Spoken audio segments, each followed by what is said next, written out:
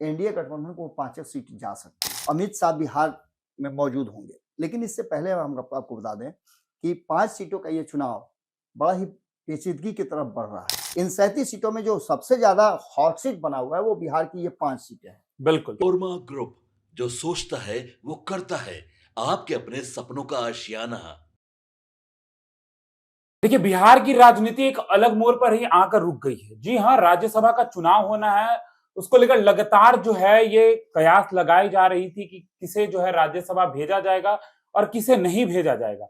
और नीतीश कुमार को भी लेकर खूब चर्चाएं हो रही थी कि आखिर नीतीश कुमार का इसमें क्या रोल होगा। आपके मन में भी वही सवाल चल रहा होगा कि आखिर जो 5 राज्यसभा की सीटें खाली हो रही हैं, उसमें कौन जो है मजबूती से अपनी दांव रखकर राज्यसभा पहुंच जाएगा और कौन है जो लटक जाएगा। हमारे पास वो लिस्ट लगभग तय मानी जा रही है, वो आ चुका है। अब कौन इसमें जो है राज्यसभा पहुंचेगा, नहीं पहुंचेगा, सब हम आपको इस खबर में बताएंगे। हमारे साथ बाबा मौजूद है, बहुत स्वागत है बाबा आपका। धन्यवाद।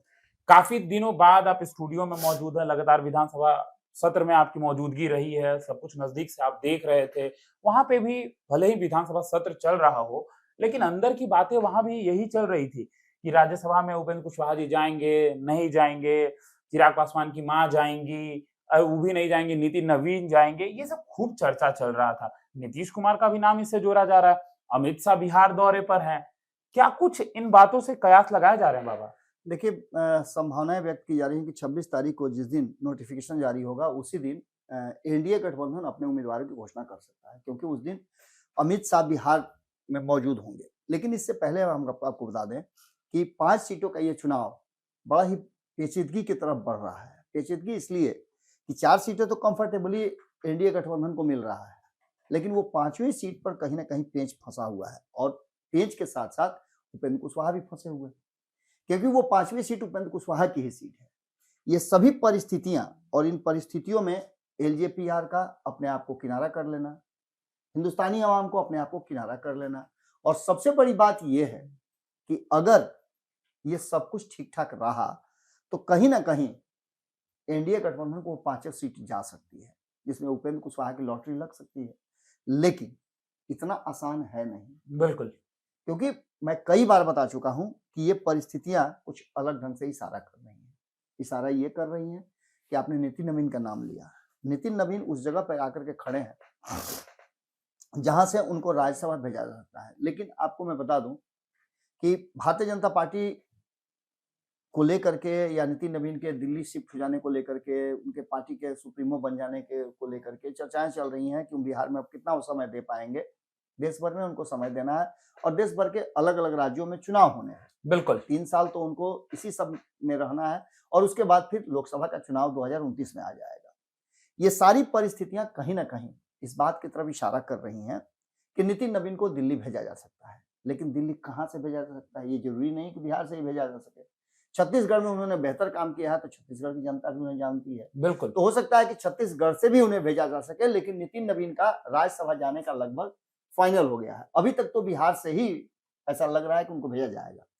लेकिन इन सब के बावजूद जो 37 सीटें खाली हुई है, उसमें अधिकांश सीटें भारतीय जनता पार्टी अपने पाले में करना चाहेगी, यानी एनडीए गठबंधन अपने पाले में करना चाहेगी, जिसमें महाराष्ट्र में 7, तमिलनाडु की 6, बिहार की 5, वेस्ट बंगाल की 5, उड़ीसा की 4, असम की 3, छत्तीसगढ़ की 2, हरियाणा की 2, तेलंगाना की 2 और हिमाचल प्रदेश की 1 सीट। तो कुल 37 सीटें। कुल 37 सीटें हैं। इन 37 सीटों में जो सबसे ज्यादा हॉट सीट बना हुआ है वो बिहार की ये 5 सीटें हैं। बिल्कुल, क्योंकि 202 सीट जीतने के बाद यहां भी असमंजस की स्थिति है कि उपेंद्र कुशवाहा के साथ कौन कौन देगा। उपेंद्र कुशवाहा ने कोशिश तो ये की है कि वो सबको मिला जुला करके और अपने को राज्यसभा में एक बार फिर से स्थापित कर ले, लेकिन यहाँ सबसे बड़ी बात ये हो रही है कि उपेंद्र कुशवाहा अगर राज्यसभा जाएंगे तो उनके पुत्र का क्या होगा। क्या एक राज्यसभा और एक विधान परिषद की सीट, क्योंकि 9 सीटें विधान परिषद की भी खाली हो रही है, बिल्कुल अप्रैल के बाद उसका भी चुनाव होना है, और ये सभी परिस्थितियां इस बात की तरफ इशारा कर रही हैं कि बिहार में कुछ अलग हो सकता है। इसमें एक नाम तो मैं जिसको जानता हूं वो नाम लगभग फाइनल है। 5वीं सीट जो है उसकी बात चर्चा हम करेंगे, लेकिन उससे पहले आपको बता दें कि जदयू की जो 2 सीटें खाली हो रही है उसमें एक कैंडिडेट का कंटिन्यू करना एकदम फिक्स नजर आ रहा है, रामनाथ ठाकुर का। बिल्कुल अब तक जदयू ने 3 बार से ज्यादा किसी को भेजा नहीं है, और वो 3 बार जाने वालों में भी बहुत लिमिटेड लोग हैं। जैसे शरद यादव को भेजा जा चुका है, वशिष्ठ नारायण सिंह जा चुके हैं, इसके बाद किंग महेंद्र को भी भेजा गया है। एक उनके भाई जो है भोला शर्मा, उनका भी खूब चर्चा चल रहा है कि भोला शर्मा को इस बार राज्यसभा भेजा जा सकता है, क्योंकि उन्होंने बहुत सारे काम किए हैं। 2024 का चुनाव हो, 2025 का चुनाव हो, इस दोनों चुनाव में उन्होंने जो काम किया है वो बहुत ही बेहतरीन काम किया है और पार्टी के लिए पूरी तरह समर्पित है। तो किंग महेंद्र की जगह इस बार भोला शर्मा को भेजा जा सकता है। और ये एक नया ट्विस्ट मैं दे रहा हूं, क्योंकि जो मेरी बातचीत हो रही है लोगों से और जिस तरह का माहौल बना हुआ है, जो ऑफ द रिकॉर्ड चर्चाएं हो रही हैं, उसमें भोला शर्मा टॉप पे चल रहे हैं। रामनाथ ठाकुर को इसलिए भेजना जरूरी है कि वो पूर्व मुख्यमंत्री के पुत्र हैं और इसके साथ साथ भारत रत्न से सम्मानित भी हैं। ये काम भारतीय जनता पार्टी ने किया, जिसको अप्रिशिएट नीतीश कुमार ने भी किया था। और उसके तुरंत बाद आपको याद होगा कि नीतीश कुमार महागठबंधन छोड़ करके एनडीए की तरफ स्विच कर गए। बिल्कुल। तो ये सभी परिस्थितियां, यहां तो दो नाम फाइनल है, जो 2 सीटें जदयू को मिलनी है उसमें फाइनल है, लेकिन इसमें एक नाम आपका आ रहा है मनीष वर्मा का। अब मनीष वर्मा, भोला शर्मा और रामनाथ ठाकुर के बीच में टक्कर है, इसमें कौन जाता है ये देखना दिलचस्प होगा।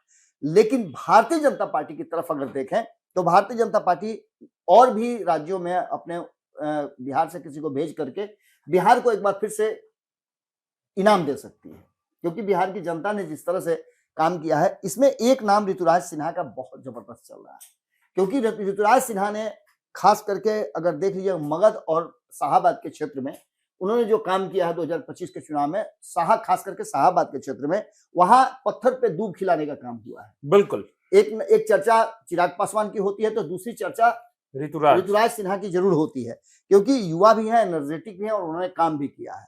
तो ऐसी स्थिति में एक नाम ऋतुराज सिन्हा का भी आ रहा है। लेकिन आप एक शख्स को नहीं भूल सकते हैं जिसने बहुत बड़ा सेक्रीफाइस किया है, विधानसभा के अध्यक्ष रहे, लगातार 6-7 बार जीत करके आए हैं वो अपने कंस्टिट्यूएंसी से, विधानसभा से, नंदकिशोर यादव भी यादव समाज को अपने पक्ष में करने के लिए एक बड़ा तोहफा जो है वो भारतीय जनता पार्टी दे सकती है।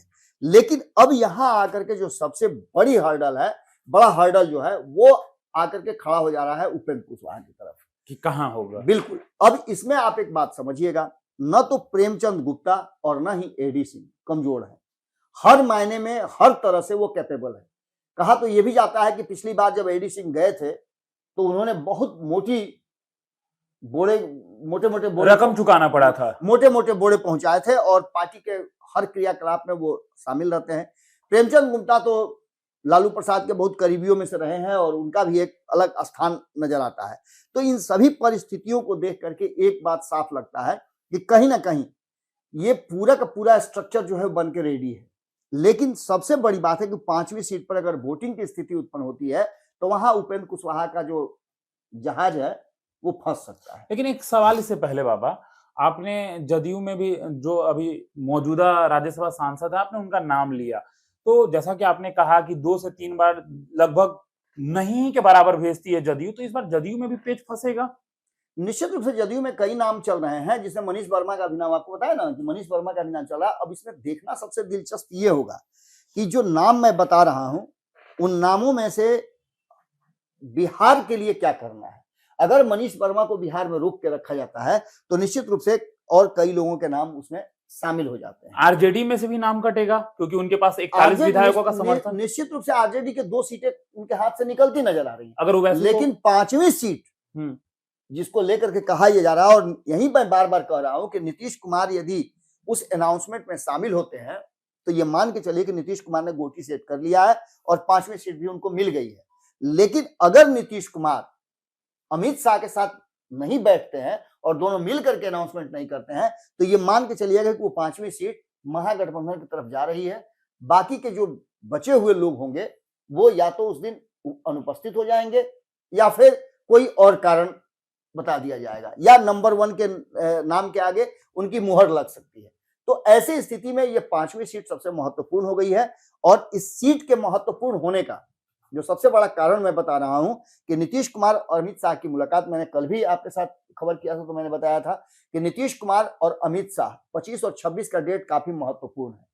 अगर इसमें अमित शाह और नीतीश कुमार की मुलाकात होती है तो सब कुछ ठीक है, वरना ये 5वीं सीट अगर महागठबंधन की झोली में चली जाए तो ये कोई अतिशयोक्ति नहीं होगी। ऐसा भी आपको मालूम है कि अपने सबसे मजबूत अभी जो स्तंभ बने हुए हैं, और विधानसभा में कोई भी ऐसा दिन नहीं है जिस दिन वो प्रश्न नहीं उठाते हैं, आईपी गुप्ता। तो ऐसी स्थिति में एक बात आप समझ लीजिए कि जो आने वाला राज्यसभा का चुनाव होगा वो दिशा निर्देश जारी करेगा, और 1 से 2 महीने में अगर ये ट्विनिंग नहीं बन पाती है नीतीश कुमार और अमित शाह के बीच में या भाजपा जदयू के बीच में, तो कई नाम सामने नजर आ रहे हैं। इस बीच आपने इंटरव्यू भी किया था आरसीपी सिंह का, जो कि अब ऑन एयर भी है। उस इंटरव्यू में बहुत ऐसी बातें हैं जो ये बता रही हैं कि बिहार में कुछ बड़ा होने वाला है, और ये बड़ा क्या होने वाला है, तो निश्चित रूप से नीतीश कुमार के फैसले पर सब कुछ टिका हुआ है। अमित शाह और नीतीश कुमार की मीटिंग होना और ना होना इस बात की तरफ इशारा करेगा कि बिहार का ये ऊंट जो है किस करवट बैठता है। बिल्कुल आपने सही बात कहा। कल आरसीपी सिंह ने कहा इंटरव्यू में कि राजनीति है, कुछ भी असंभव नहीं है। लेकिन एक सवाल मेरा आपसे है, आपने कहा कि एक सीट जो है वो महागठबंधन ले जा सकती है, लेकिन जब तक तेजस्वी यादव ओवैसी को और बीएसपी को अपने साथ नहीं मिलाएंगे तब तक तेजस्वी की भी बात नहीं बनेगी। एक बात मैं बता दूं, आपने ही अभी कहा कि सियासत में सब कुछ संभव है, कुछ भी हो सकता है।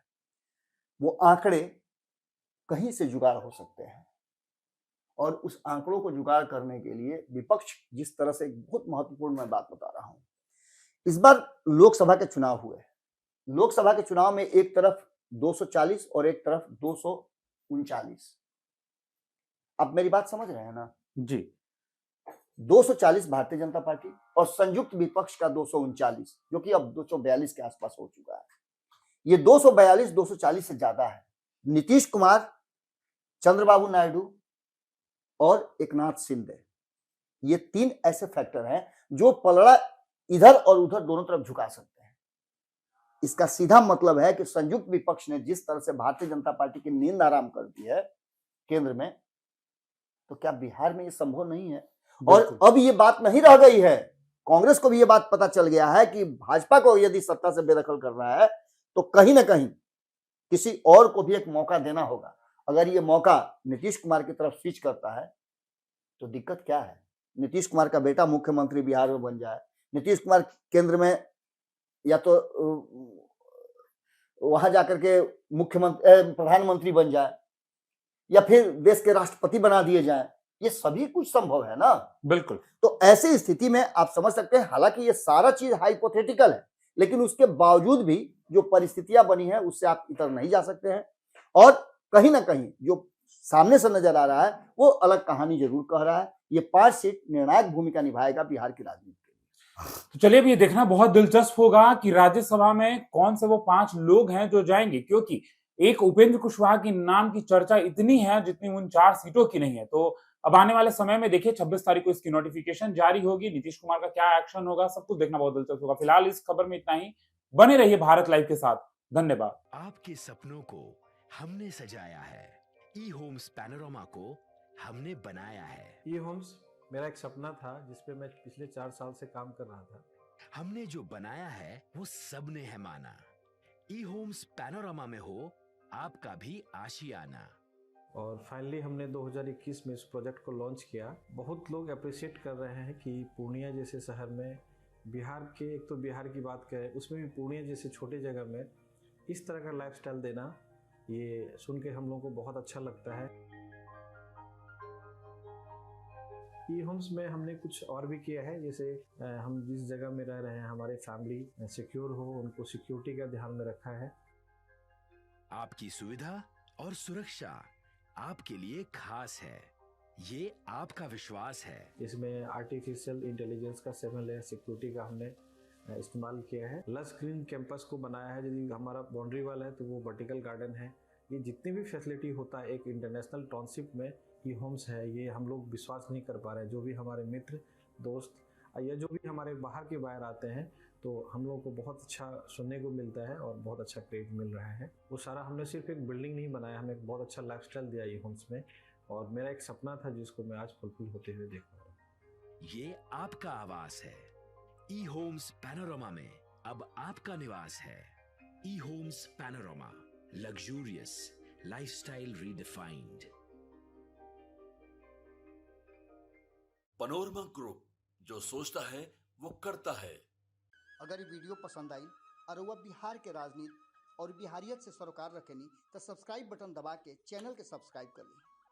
ओजे एगो घंटी बा, ओकरा बटन दबा देला से कुल सटीक और मारक खबर रुआ मुफ्त में मिल जाई। अगर रुआ पत्रकारिता के हमनी के नया प्रयोग में सहयोग कर चाहतानी तो ज्वाइन बटन दबा दी। पेटीएम नंबर नोट कर ली 9386816700।